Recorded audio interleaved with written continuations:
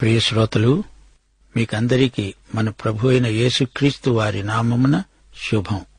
రండి, ప్రార్థన చేసుకుందాం.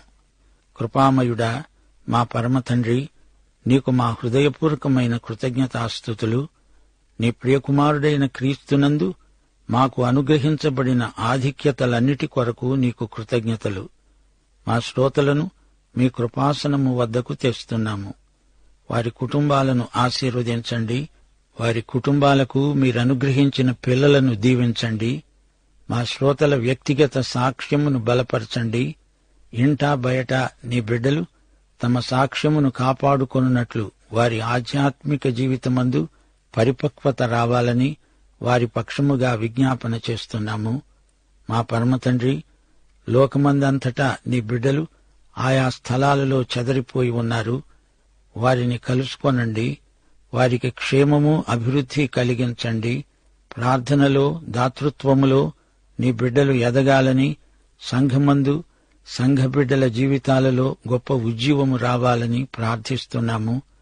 మా దేశమందు ప్రజలందరూ సుఖశాంతులనుభవించున్నట్లు దేశ ప్రభుత్వమును, పరిపాలకులను ఆశీర్వదించండి.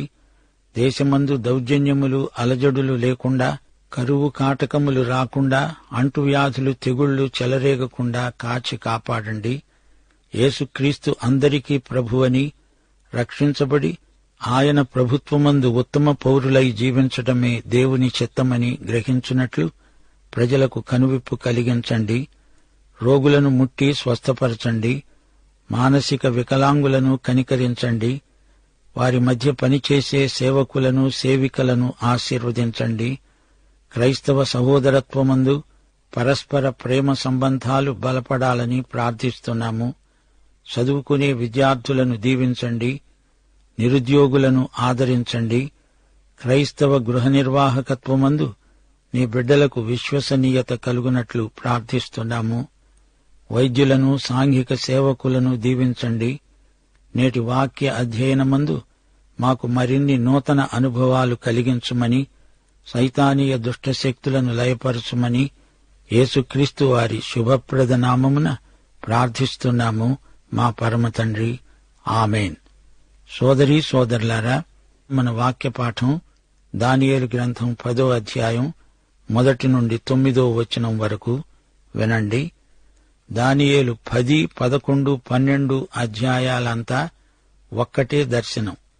ఈ దర్శనం కేవలం ఇశ్రాయేలు జాతికి చెందింది. వెంటనే జరిగిన ప్రవచనాలు, సుదూర భవిష్యత్తులో జరగబోయే ప్రవచనాలు ఈ అధ్యాయాలలో రాయబడి ఉన్నాయి. చరిత్రలో ఒక చిన్న కొమ్ము, ప్రవచనాలలోని చిన్న కొమ్ము కనిపిస్తాయి. నెరవేరిన ప్రవచనాలు చరిత్రలో భాగమైపోతాయి. ఈ చివరి దర్శనమే దానియేలు గ్రంథమంతటికీ ప్రాముఖ్యమైనది. మిగతా అధ్యాయాలలో లేని కొత్త విశేషాలు ఈ చివరి 3 అధ్యాయాలలో మనకు కనిపిస్తాయి. దర్శన విధానం కూడా ఈ అధ్యాయాలలో పూర్తిగా మారిపోయింది. ఇంతకు ముందు వచ్చిన దర్శనాలలోని వివరాలను ఈ చివరి ప్రవచనాలు పూర్తి చేస్తాయి. రాయబడినప్పుడు ఇవన్నీ ప్రవచనాలే. అయితే ఇప్పుడు వాటిలో చాలా వరకు నెరవేరినట్లు మనకు అర్థమవుతుంది. ఇంకా నెరవేరవలసినవి ఎన్నో ఉన్నాయి. నెరవేరినవి, నెరవేరవలసినవి ఏవి, ఎంతవరకు అనే సంగతి మా శ్రోతలు గమనించాలి. ఇది అంత సులభమేమీ కాదు. కొన్ని అప్పుడెప్పుడో నెరవేరినా అవి భవిష్యత్తులో మరో రూపంలో నెరవేరబోతున్నాయి. చరిత్ర తిరిగి ప్రవచనమవుతుంది. అలాంటి సందర్భాలున్నాయి. చరిత్ర, ప్రవచనం ఒకదానిలోకి ఒకటి చొచ్చుకుపోతాయి.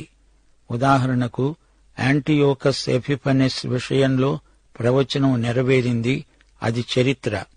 తిరిగి ఈ యాంటియోకసే భవిష్యత్తులో రాబోయే అంత్యక్రీస్తుకు ప్రవచన సంకేతం.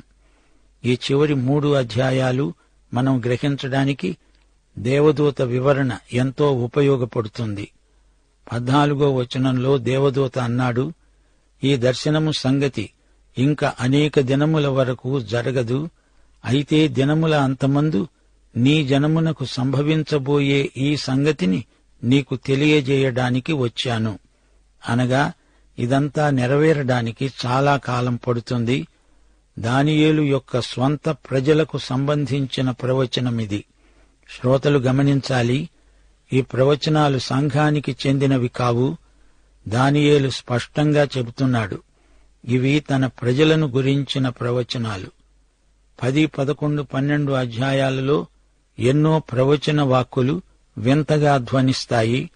ఆధ్యాత్మిక ప్రపంచానికి ఉన్న తెరను తొలగించి దేవుడు జరగబోయే సంఘటనలను దానియేలుకు చూపుతున్నాడు. అదృశ్య ప్రపంచంలోకి మన దృష్టిని పొడిగిస్తున్నాడు దేవుడు. ఏదో విచిత్రం, అభూత సంఘటన చూతాము అని కాక, దేవుని సంకల్పము యొక్క పరిణామమును గ్రహించి ఆయనను మహిమపరిచే ఉద్దేశ్యంతో ఈ ప్రవచనాలను అధ్యయనం చేయాలి. దానియేలు ఈ దర్శనానికి ఏ విధంగా అట్టిట్టయిపోయాడో మనం కూడా పరలోక దర్శనానికి ప్రభావితులమవుతాము. దమస్కు మార్గంలో పౌలు పరలోక దర్శనాన్ని చూచి ఆ పళాన వాహనం మీది నుంచి కింద పడిపోయాడు. పరలోకము నుండి గబ్రియేలు దూత దానియేలు దగ్గరికి వచ్చాడు. దేవదూతలను గురించి మనము తెలుసుకోవలసిన కొన్ని సంగతులున్నాయి. కొందరు మంచి దేవదూతలు, కొందరేమో చెడ్డ దూతలు. పడిపోయిన చెడిపోయిన దూతలున్నారు. సైతాను రాజ్యమున్నది. అది అదృశ్యంగా ఈ భూమి మీద మనల్ని ఆవరించి ఉన్నది. సైతానును గురించి రాయబడిన పుస్తకాలెన్నో వచ్చాయి. మనుషుల ఊహపోహలను వాక్యానికి చేర్చి ఏమేమో చెబుతున్నారు. బైబిలులో ఉన్నది ఉన్నట్లు మనము నమ్ముతాము. దేవదూతలకు స్వంత చిత్తమున్నది. ఈ దూతలు కొందరు తమ స్వయం నిర్ణయము చొప్పున సైతానును వెంబడించారు. దేవుణ్ణి ఎదిరించే గుంపు ఇది. ఈ దూతలలో కొందరు దురాత్మలు, పిశాచాలు. 4 సువార్తలలో దయ్యాలు పట్టిన వారిని ప్రభువు విడుదల చేసిన వైనం గమనించదగింది. ఈ దురాత్మలు ఒక సైన్యంగా ఏర్పడి సైతాను అదుపాజ్ఞలలో ఉంటాయి. రకరకాల అంతస్తులున్నాయి, అధికారాలున్నాయి. కొలసీ పత్రిక 1 అధ్యాయం 16వ వచనం, ఆకాశమందున్నవి, భూమియందున్నవి, దృశ్యమైనవి, అదృశ్యమైనవి, అవి సింహాసనములైనా, ప్రభుత్వములైనా, ప్రధానులైనా, అధికారములైనా, సర్వము ఆయన యందు సృజించబడినవి. సర్వము ఆయన ద్వారా, ఆయనను బట్టి సృజించబడినవి. సృష్టిలో 2 విధాల శక్తులున్నాయి, దృశ్యమైనవి, అదృశ్యమైనవి. ఆకాశమందు, భూమి మీద ఉన్న శక్తులివి. మన కంటికి కనిపించని విశాలమైన అదృశ్య ప్రపంచమున్నది. ఈ లోకంలో మనకు కనపడకుండా మన చుట్టూరా ఆవరించి ఉండి పనిచేసే శక్తులున్నాయి. అయితే దేవుడు సింహాసనములను సృజించాడు. మిఖాయేలు, గబ్రియేలు అనే ప్రధాన దూతలున్నారు. కెరూబులు, సెరూపులు ఉన్నాయి. ప్రధానులు, అధికారులు, పరలోక సైన్య సమూహము ఉన్నది. సైన్యములకు అధిపతి అయిన యెహోవా దేవుడున్నాడు. ఇంకా చాలామంది దేవదూతలు ఆయన చేత ఆయా పనుల కోసం వినియోగించబడిన వారున్నారు. హెబ్రీ పత్రిక 1 అధ్యాయం 4వ వచనం, యేసు ప్రభువు దేవదూతల కంటే ఎంతో శ్రేష్టమైన నామము పొందినవాడు. తన దూతలను వాయువులుగా, తన సేవకులను అగ్నిజ్వాలలుగా చేసుకున్నాడు. అయితే ఈ దేవదూతలలో కొందరు సైతాను పక్షాన చేరి దేవునికి విరోధులయ్యారు. ఎఫెసీ పత్రిక 6వ అధ్యాయం 12వ వచనం, మనము పోరాడేది శరీరులతో కాదుగాని ప్రధానులతోనూ, అధికారులతో, ప్రస్తుత అంధకార సంబంధులైన లోకనాథులతో, ఆకాశమండలమందున్న దురాత్మల సమూహములతో పోరాడుతున్నాము.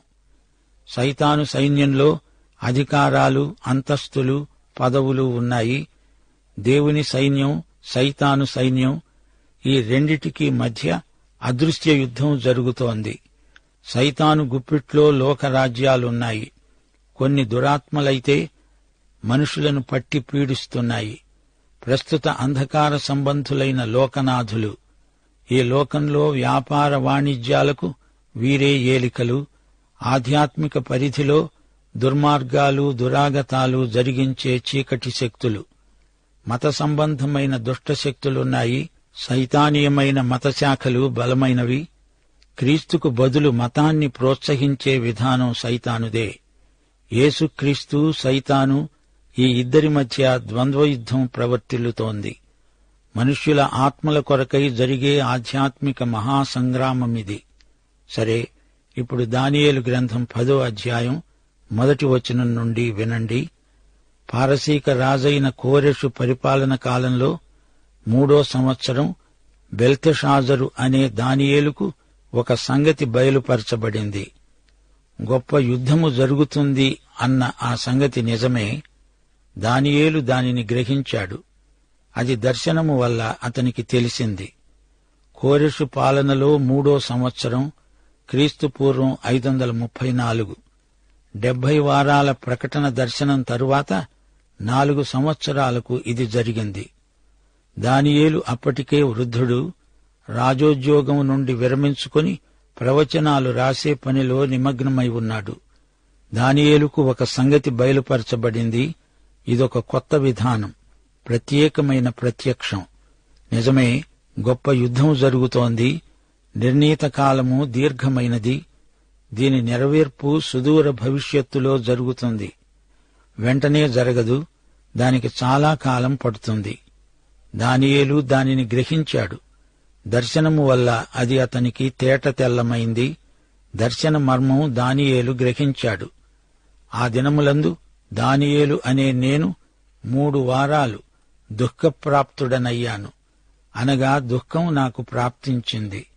3 వారాలు గడిచే వరకు నేను సంతోషముగా భోజనము చేయలేకపోయాను. మాంసము గాని ద్రాక్షరసము గాని నా నోటిలోనికి రాలేదు. 3 వారాలు అనగా 21 రోజులు దానియేలు స్నానం కూడా చేయకుండా ఎలా ఉండగలిగాడో ఏమో. దానియేలు ఎందుకు ఇంతగా దుఃఖిస్తున్నాడు? కోరెషు రాజ్యానికి వచ్చి 3 సంవత్సరాలైంది. తాను సింహాసనమెక్కిన మొదటి సంవత్సరమే అతడు శాసనం జారీ చేశాడు. ఇశ్రాయేలీయులందరూ తమ స్వదేశానికి వెళ్లిపోవచ్చు.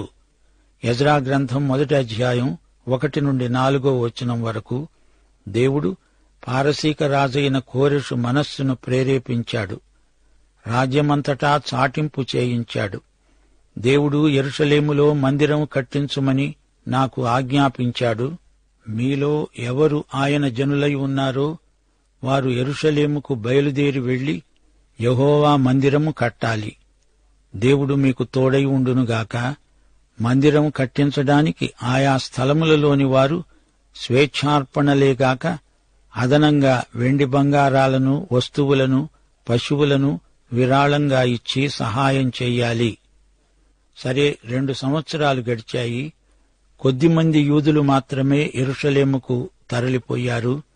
జెరుబ్బాబెలు నాయకత్వంలో వారు వెళ్లారు. ఆ తరువాత ఎజ్రా, నెహెమ్యాల నేతృత్వంలో మరికొందరు వెళ్లారు. దానియేలుకు ఆ సమయం చాలా క్లిష్టమనిపించింది. ఈ వృద్ధ ప్రవక్త గుండెలకు అది భారమనిపించింది. 90 ఏండ్ల వయస్సు గల ప్రవక్త దుఃఖించాడు. ఈ ప్రజలు తమ స్వదేశానికి ఎందుకు వెళ్లరు అని చెప్పి దానియేలు దుఃఖాక్రాంతుడయ్యాడు. కోరెషు రాజైన మొదటి సంవత్సరం ఇంకా రాజోద్యోగంలో ఉన్నాడు. ఇప్పుడు పూర్తిగా దైవసేవలో ఉన్నాడు. దానియేలు 3 వారాలు ఉపవాస ప్రార్థనలు చేస్తున్నాడు. తన ప్రార్థనకు జవాబు రావాలని పట్టుదలతో ప్రార్థిస్తున్నాడు దానియేలు. అన్ని రోజులు స్నానాభిషేకములు చేసుకోలేదు. మొదటి నెల 24వ తేదీ నేను హిద్దెకలు అనే గొప్ప నదీ తీరాన ఉన్నాను. తనకు ఈ దర్శన ప్రత్యక్షం కలిగిన తేదీ, సమయం, స్థలం వివరంగా చెబుతున్నాడు. హిద్దెకలు అనే నది ఒడ్డున అతడు నిలిచి ఉన్నాడు. దీనినే టైగ్రిస్ నది అంటారు. నీసాను నెల 24వ తేదీ అనగా ఏప్రిల్ 24. దానియేలు స్థలం, కాలం ఖచ్చితంగా చెబుతున్నాడు. ఇందులో ఎట్టి సందేహానికి ఆస్కారం లేదు. దానియేలుకు కలిగిన దర్శనం వాస్తవం. శ్రోతలు, ఇంతకు దానియేలు దర్శనంలో ఏమి చూచాడు? యేసుక్రీస్తునే మహిమలో చూచాడు. మోషే, ఏలియాలు యేసు ప్రభు యొక్క రూపాంతర మహిమను చూచారు. అయితే అంతకు ముందే ఎప్పుడో అదే దర్శనాన్ని దానియేలు చూచాడు.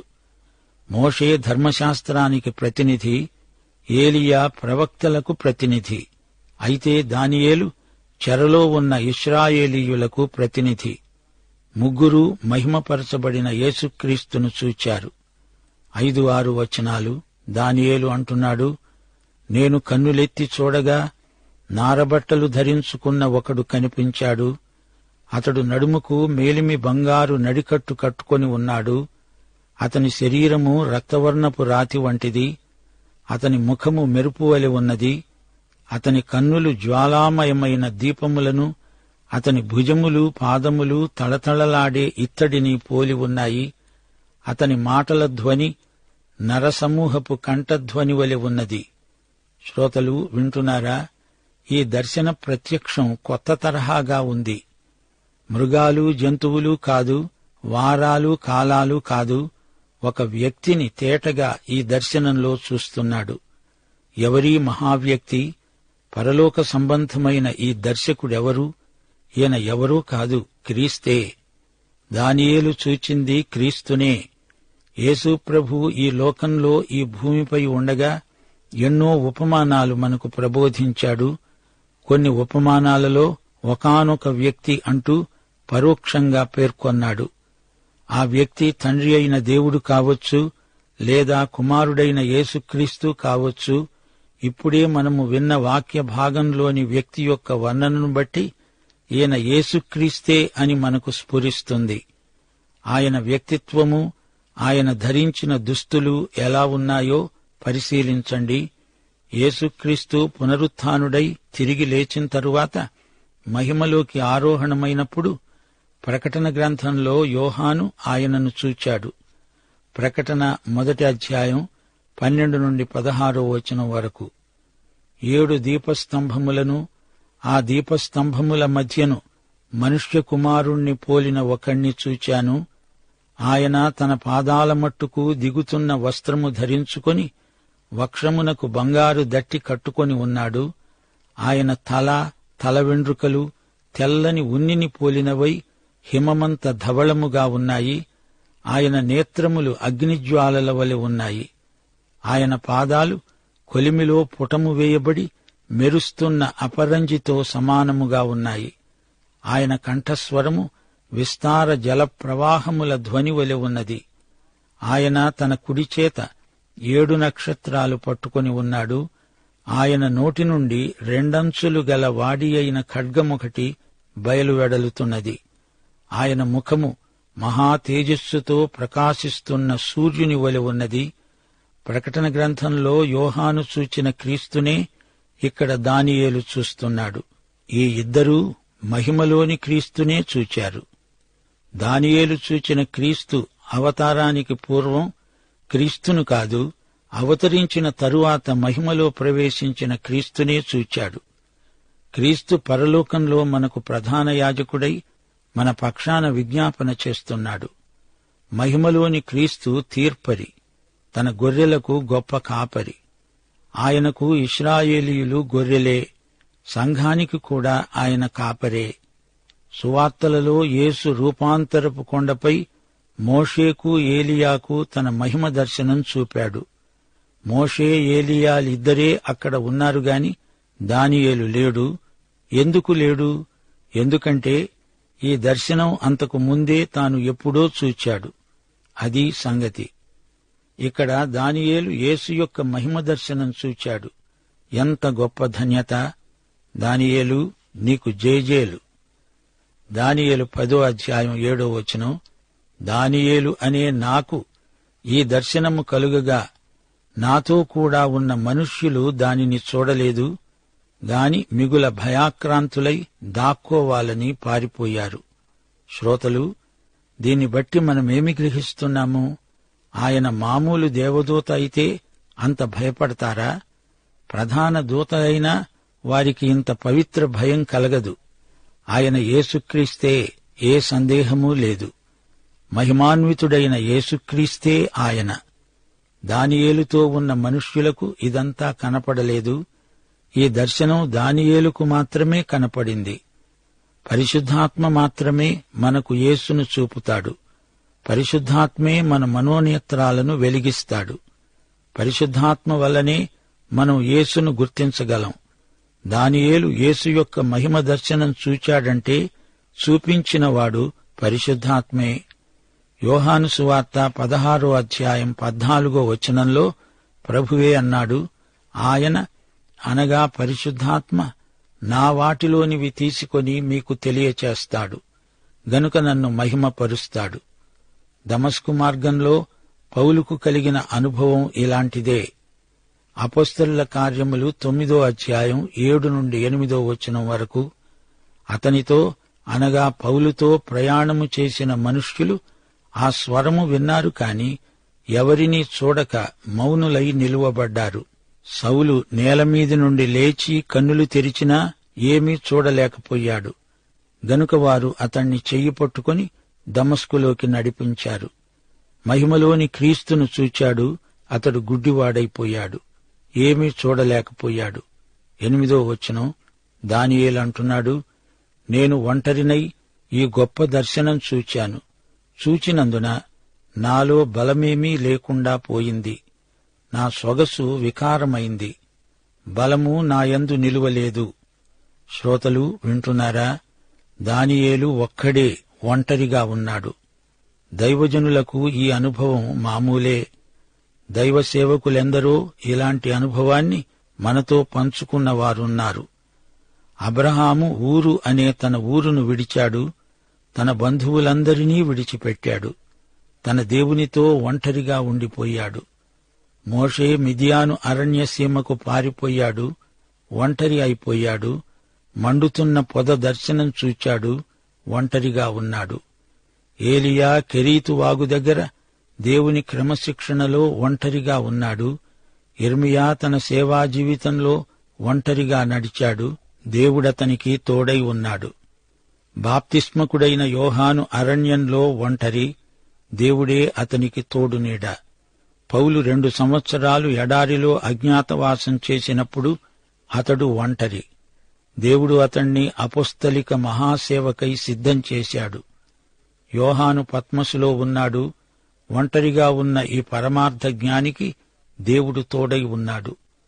విశ్వాసులు ఒక గుంపుగా సహవాసంలో కూడి రావడం అలవాటు చేసుకుంటారు, అది మంచిదే. కాని నా ప్రియ సోదరుడా, సోదరి, నీవు ఏకాంతంగా ఒంటరిగా దేవునితో ఎంత సమయం గడుపుతున్నావు? ప్రార్థన రహస్యం రహస్య ప్రార్థనే. దేవుడు నిన్ను ఏకాంతంలో కలుసుకుంటాడు. దేవుని వాక్యము తీసుకో, దేవునితో ఏకాంత సమయం గడుపు, నీకెంతో ఆత్మబలం చేకూరుతుంది. దేవుని సేవకుడు దేవునితో ఏకాంతంగా ఉన్నప్పుడే దేవుని సందేశం లభిస్తుంది. రహస్యంలో విన్నది బహిరంగంగా ప్రకటిస్తాడు దైవజనుడు. దేవుడు తనకు బోధించింది బోధకుడు ప్రజలకు బోధిస్తాడు. దేవునికి స్తోత్రం. ఈ విధంగా బలహీనుడైన దైవసేవకుని ద్వారా బలమైన సందేశం వెల్లడి అవుతుంది. అవిశ్వాసులకు, నిర్దేవులకు ఇట్టి అనుభూతి కలగదు. వీరికెప్పుడూ జనసమూహంతో తినటము, త్రాగడము, కేరింతలు కొట్టడము సరదా. తాగుబోతులకు అల్లరి ఇష్టం. వీరికి ఒంటరిగా ఉండడం ఇష్టముండదు. దేవుని బిడ్డ ఏకాంతంగా దేవునితో ఉండగోరుతాడు. యాకోబుకు దేవునితో ఏకాంతంగా ఉండాలని లేదుగాని దేవుడు అతణ్ణి బలవంతాన ఒక మూలకు నెట్టాడు. ఆ రాత్రి దేవుడు అతనితో పెనుగులాడాడు. తుంటి నరం తెగింది, కుంటితనం వచ్చింది. అప్పుడు నిన్ను నేను విడువను దేవా, నీవు నన్ను దీవించే వరకు అన్నాడు. అది రహస్యం. ఇప్పుడిక్కడ దానియేలు ఒక్కడే దేవునితో ఉన్నాడు. 9వ వచనం దానియేలు అంటున్నాడు, నేను ఆయన మాటలు విన్నాను. అతని మాటలు విని నేను నేలను సాష్టాంగపడి గాఢ నిద్ర పొందిన వాడనయ్యాను. ప్రభువైన యేసుక్రీస్తు యొక్క ఈ దర్శనం పొందినప్పుడు అతనిలో బలమంతా అంతరించింది. అతడు పూర్తిగా స్పృహను కోల్పోయాడు. ఆ స్థితిలో అతడు ఎంతసేపు ఉన్నాడో ఏమో. యేసుక్రీస్తు అంతర్ధానం కాగానే దానియేలు కండ్లు తెరిచాడు. అప్పుడు తెలుసుకున్నాడు, దేవదూత వచ్చి తనకు ఉపచారం చేశాడు. ప్రియ శ్రోతలు వింటున్నారా? దానియేలు వినయశీలం, లేఖనాలను పరిశోధించే దీక్ష, సర్వశక్తిమంతుడైన దేవుని ఎదుట తగ్గింపు గమనించవలసిన విషయాలు. దర్శన వృత్తాంతమంతా వింటున్నప్పుడు మనము పరిశుద్ధాత్మ పరిచర్య కొరకు దేవునికి స్తుతి స్తోత్రములు సమర్పించాలి. ఏదెను నుండి బెత్లెహేము వరకు, బెత్లెహేము నుండి పెంతెకోస్తు వరకు, పెంతెకోస్తు నుండి సంఘము ఎత్తబడే వరకు పరిశుద్ధాత్మ పరిచర్య ఎంతో ఘనమైనది. పాఠం సమాప్తం. దైవాశీస్సులు. ఆమేన్.